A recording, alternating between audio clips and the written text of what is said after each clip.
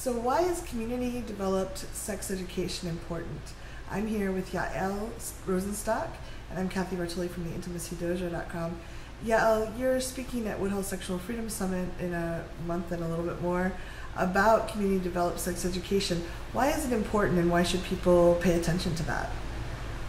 So I believe sex education in general is of the utmost importance. I believe that consent and desire-based sex education is a way to eradicate sexual violence. But I also believe that my experience and my angle at which I come at sex education is not going to be a one-size-fits-all. Mm-hmm. And so it's so important that when we're doing sex education and creating curriculum, that we are creating it alongside with anyone who is going to be using it.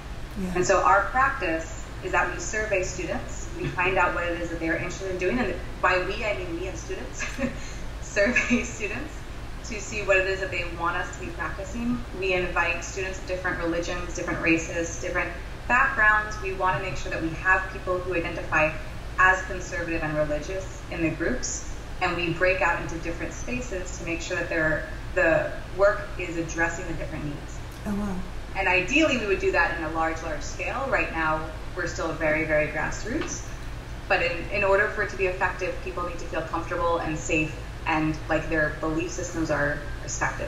I really love that, because I do know that there's a little bit of conservatives should just make deal with the liberal, like if it's a more liberal person teaching, that conservative people should just like make do and stretch themselves, because I do have a problem with people that are very isolated, but that's my own personal problem, not actually their problem.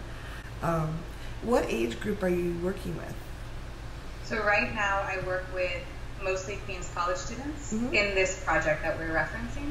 And so they range from just about ending their 17th year, some of them are still 17 when they enter, through to full adulthood. We have older adult learners, right, those who come back after retirement and take courses. Yeah. And so the spaces are often mostly 20-year-olds, but then we will also have someone in their 50s, 60s, 70s hop on in and be part of the group as well. That's wonderful. I love that.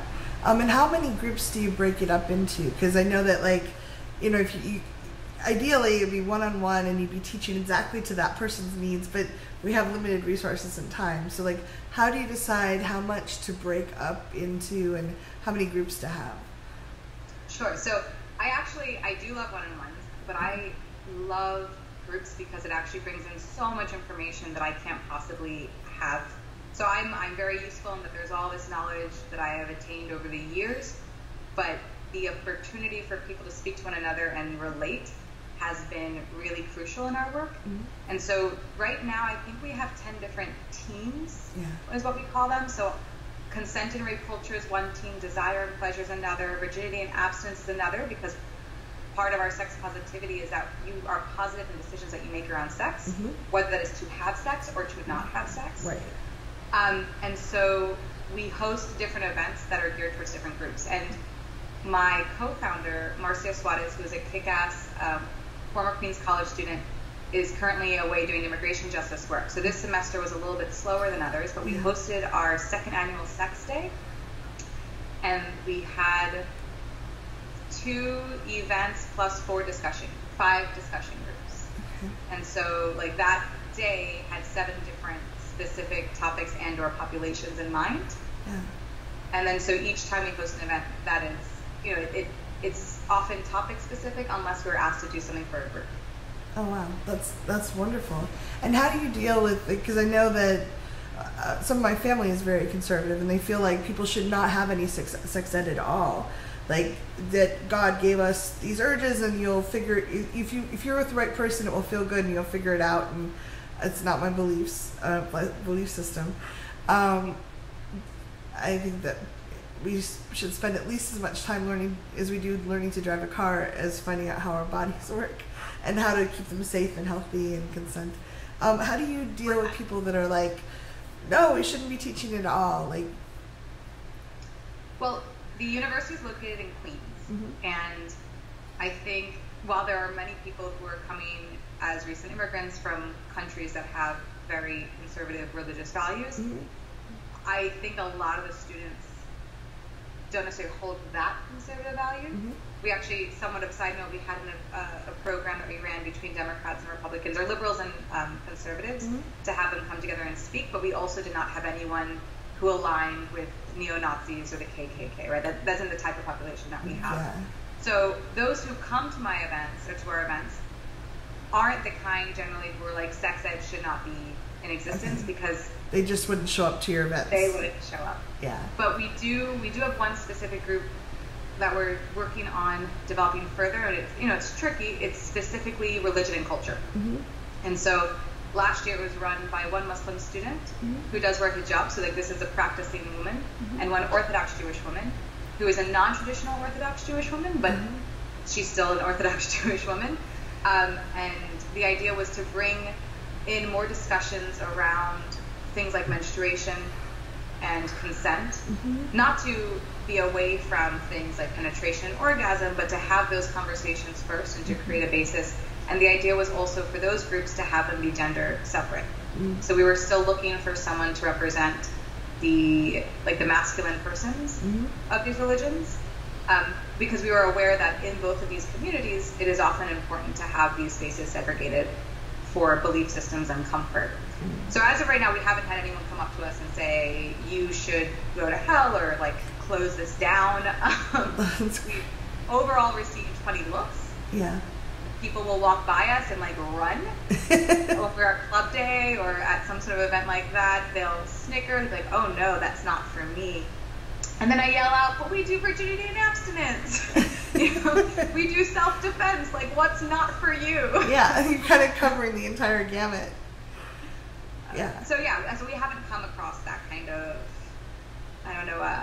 serious backlash. We've had people question some of our belief systems or methods, but overall, if people come into the space, it's because they want to in some way be in that space. Well, and I love that you're teaching. There's so little information out there about so many things, but like even menstruation, like I keep seeing this meme on Facebook where there's like some men are telling women they should just hold their periods in and stop being lazy, and I'm just like, it just every time I see it just hurts. It's like, no, this is not, like there's so little knowledge. A lot of people, like even pretty thoughtful people, just don't know. And I know I had I think they gave us like 2 hours. When I was coming through fifth grade, I think the boys went in one room and the girls sat in the other, and the pink book with the little fallopian tubes, and they told us a little bit. They didn't talk about anything like the period just flows out, or it wasn't anything that detailed. And it's kind of scary to have, I know more about my teeth, like education wise.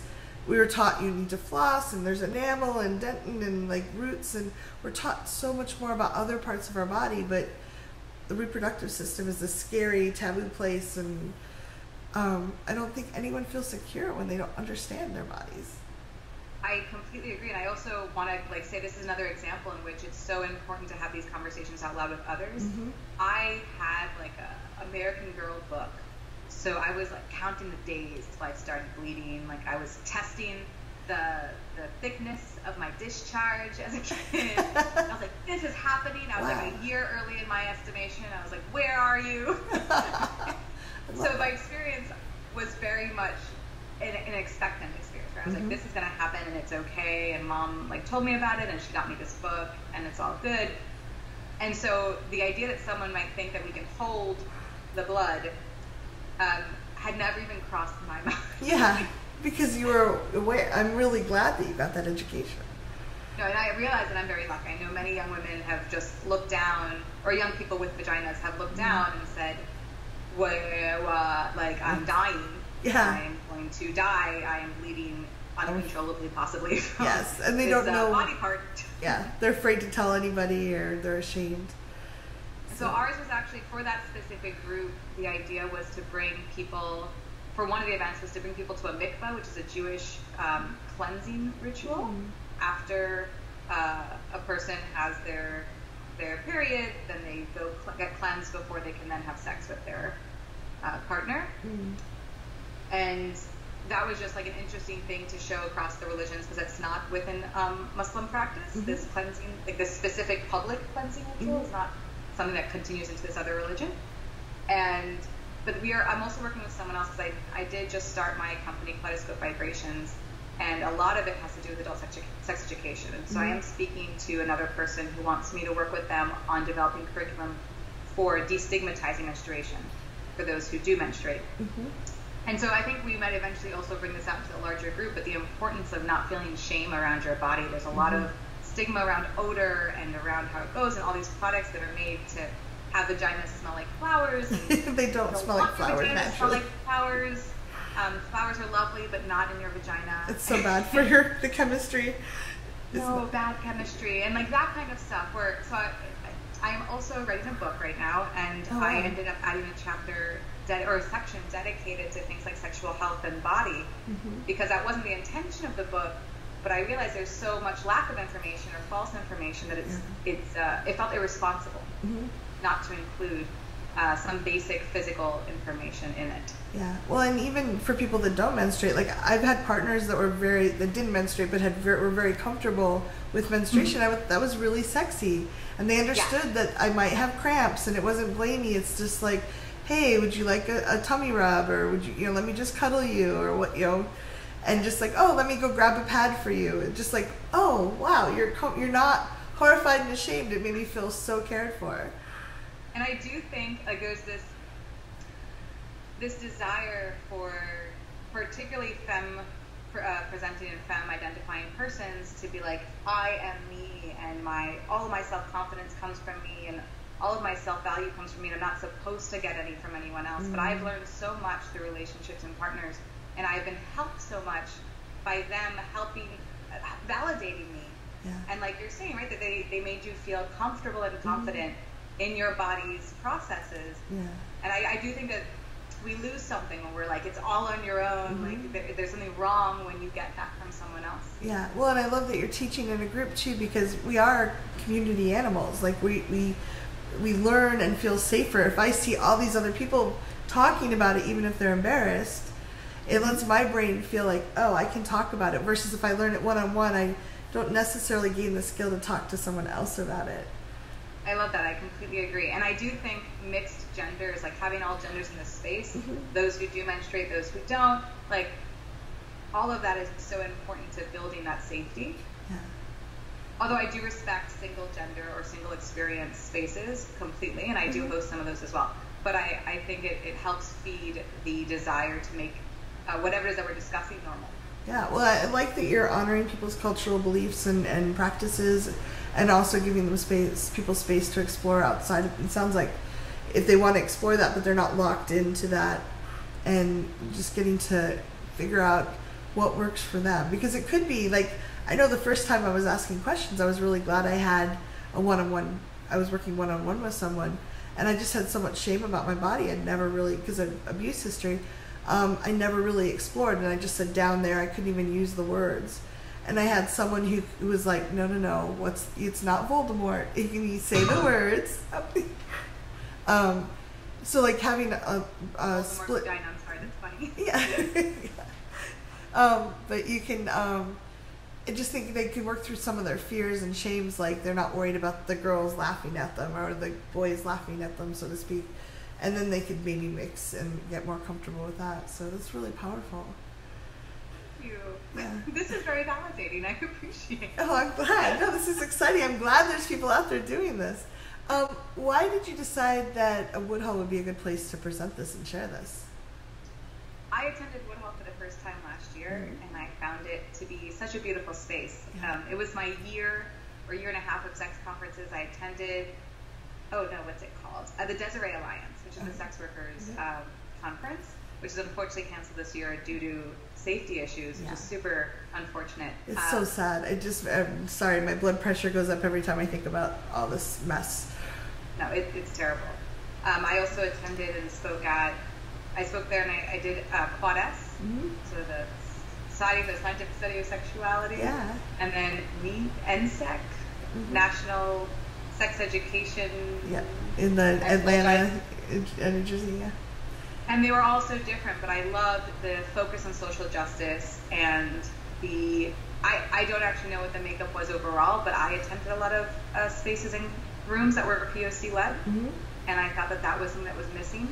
from the two of the other conferences I attended. Yeah. And so I was very appreciative to see that, to see the justice involvement, to have this framed as an issue of freedom. Yes. All of that just spoke a lot to me because of most of my work is social justice oriented. Mm-hmm. Yeah, I find Woodhull just a very warm, friendly, but very inclusive space. So I'm always honored, and I get to meet amazing people like you there, which I love the networking, because it can get depleting when you're just fighting the fight in your hometown. You might have a couple people, that community aspect of coming together and seeing other people fighting different aspects, and like, I'm not alone, it's okay. Yes, and particularly within this topic, I think that in New York I'm very lucky to be surrounded by so many amazing individuals doing amazing work, and I never feel alone. I know there's the like the angry feminist on their own table type thing. I forget the saying, but my table is full.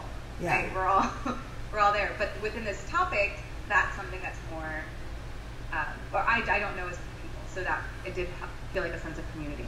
Yeah, no, and I love the concept of just like, I mean, I hear a lot about sex ed and age appropriate sex ed, but I haven't heard a lot about honoring the different religions and cultural aspects, and I think that's really wonderful.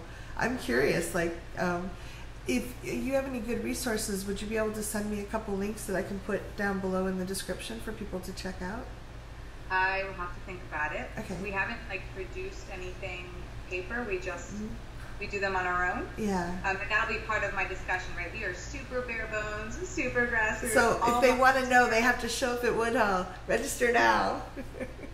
That's the only way that we've existed thus far. Yeah. I have applied to grants, and I haven't received anything large to make it more,